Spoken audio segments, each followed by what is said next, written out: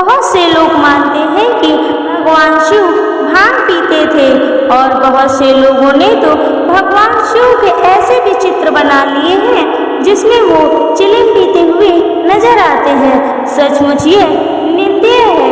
आओ जानते हैं समाज में प्रचलित धारणा। भांग के पक्षधर।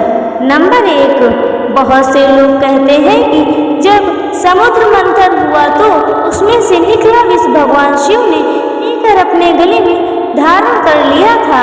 इससे उन्हें बहुत गर्मी होने लगी, इसीलिए वो भांग और चिलम पीते हैं, क्योंकि यह दोनों ही ठंडक बढ़ाते हैं। यह एक पेट का काम करता है, इसीलिए ही उन्हें बेलपत्र, धतूरा और कच्चा दूध चढ़ाया जाता है, जो कि ठंडक प्रदान करने का कार्य करता है। नंबर 2, बहुत से तंत्रमार्गी लोगों का मानना है कि भांग और चिलम का सेवन करने से ध्यान अच्छा लगता है या मस्तिष्क को शांत रखती है।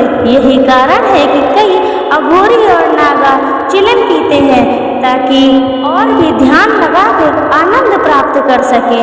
नंबर 3, कहते हैं कि हलाहल विष के सेवन के बाद उनका शरीर नीला पड़ना शुरू हो गया था। तब भगवान शिव का शरीर कँपने लगा, परंतु फिर भी शिव पूर्णतः शांत थे।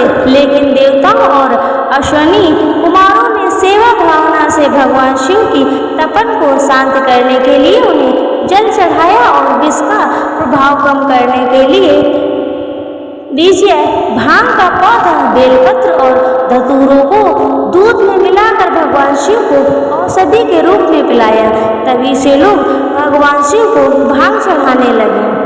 नंबर 4, कुछ विद्वान कहते हैं कि विष को हलाहल के कुप्रभावों से संरक्षित करने के लिए ही श्रीवाचार्य के समय बेलपत्र आदि को शिवलिंग पर चढ़ाने की परंपरा है।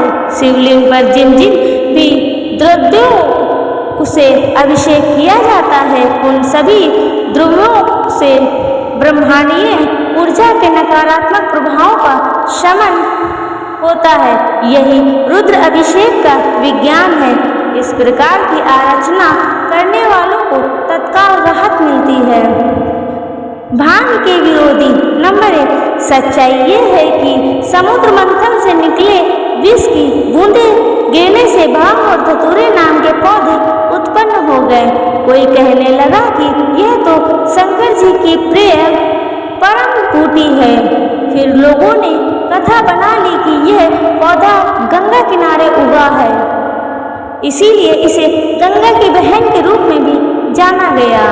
तभी भांग को शिव की जटा पर बसी गंगा के बगल में जगह मिली है। फिर क्या था, सभी लोग भांग घोट घोट के शिव जी को चढ़ाने लगे, जबकि शिव महापुराण में कहीं भी नहीं लिखा है कि शंकर जी को भांग प्रिय है। यह तो काशी, मथुरा आदि क्षेत्र के भंगेड़ियों ने ही इसे प्रिय बना दिया। हकीकत यह है कि शिव जी का कंठ जलता है, तो इस कंठ की जलन को 2 धातुओं से रोका जा सकता है, एक गाय का दूध और दूसरा भांग का लेप। लेकिन शास्त्रों में कहीं भी शिव जी के भांग, गांजा या चिलम पीने का उल्लेख नहीं मिलता है। नंबर 2, कई लोग कहते हैं कि भांग का एक औषधि है और इसके कई औषधीय गुणों की बात करते हैं और तर्क देते हैं कि यदि इसे उचित मात्रा में ले तो इसके कई मेडिकल फायदे हैं। दरअसल मेडिकल फायदे बीमार लोगों के लिए है। भांग को सिर्फ 2 लोग ही इस्तेमाल करते हैं, एक वो जो बीमार है और दूसरा वो जो नशा करना चाहते हैं। शिव जी ना तो बीमार है और ना ही नशा के आदी हैं, वो तो परम योगी है और भांग की आवश्यकता नहीं। ध्यान के नशे के आगे तो सभी नशे कमजोर हैं। जिसे समाधि का नशा हो दूसरा नशा क्या करेगा। नंबर 3, दरअसल योग की उच्चतम स्थिति में शरीर की आवश्यकता अनंत ही गौण हो जाती है। इस स्थिति में आहार का महत्व ही नहीं रह जाता, फिर नशे आदि का संयोजन ही कहाँ रह जाता है। कोई भी योगी किसी भी प्रकार का नशा नहीं करता, क्योंकि योग की शक्तियाँ प्राप्त करने में हर तरह का नशा बाधा उत्पन्न करता है। जब एक सामान्य योगी ऐसा नहीं कर सकता तो फिर शिव जी तो भगवान हैं। नंबर 4, विद्वान लोग कहते हैं कि यह अनर्गल बातें उन लोगों ने फैलाई हैं जो धर्म की आड़ में नशा करना चाहते हैं। पहले भांग को शिव जी से जोड़ा गया और फिर बाद में धीरे से गांजा और चिलम भी जोड़ दिया गया। भांग, गांजे आदि नशे की आदत को शिव जी के साथ जोड़कर अपने नशेड़ीपन को एक आध्यात्मिक पहलू देकर वो समाज से बचकर पाक साफ बने रहना चाहते थे। आप व्यक्ति इसे पीता तो उन्हें गंजेड़ी, भंगेड़ी और नशेड़ी कहा जाता है, जबकि यही कार कोई शादी करता है तो उसे अघोरी कहते हैं। नंबर 5, भगवान शिव के संबंध में गलत प्रचार करेंगे तो लोग उनसे क्या प्रेरणा लेंगे? यही कि भांग चिलम पीना चाहिए, नशा करना चाहिए। शिव का अर्थ शुभ और कल्याण कारण मोक्ष देने वाला है, परंतु नशे के सेवन से किस प्रकार का कल्याण हो पाएगा? इसीलिए शिव को नशे से जोड़ना एकदम ही गलत है। शिव से योगी की प्रेरणा ले, ध्यान की प्रेरणा ले, विद्याता और निस्पृहता की प्रेरणा ले, तभी जीवन का उद्देश्य सफल होगा।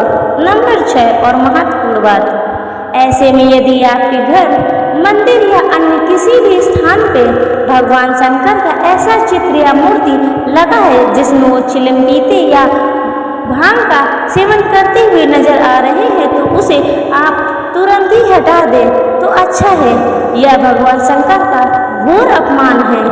यह भी कितना दुख भरा है कि कई लोगों ने भगवान शंकर पर ऐसे गीत और गाने बनाए हैं जिसमें उन्हें भांग का सेवन करने का उल्लेख किया गया है। कोई गीतकार या गायक यह जानने का प्रयास नहीं करता कि इस बारे में सच है या झूठ। मैं तो गाना या गा रहा हूँ, यह गीत लिख रहा हूँ, उसका आधार क्या है? भगवान ऐसे भक्त को भी अपना भक्त मानते हैं जो उनका घोर अपमान करके उनकी छवि खराब कर रहे हैं। जय भोलेनाथ की।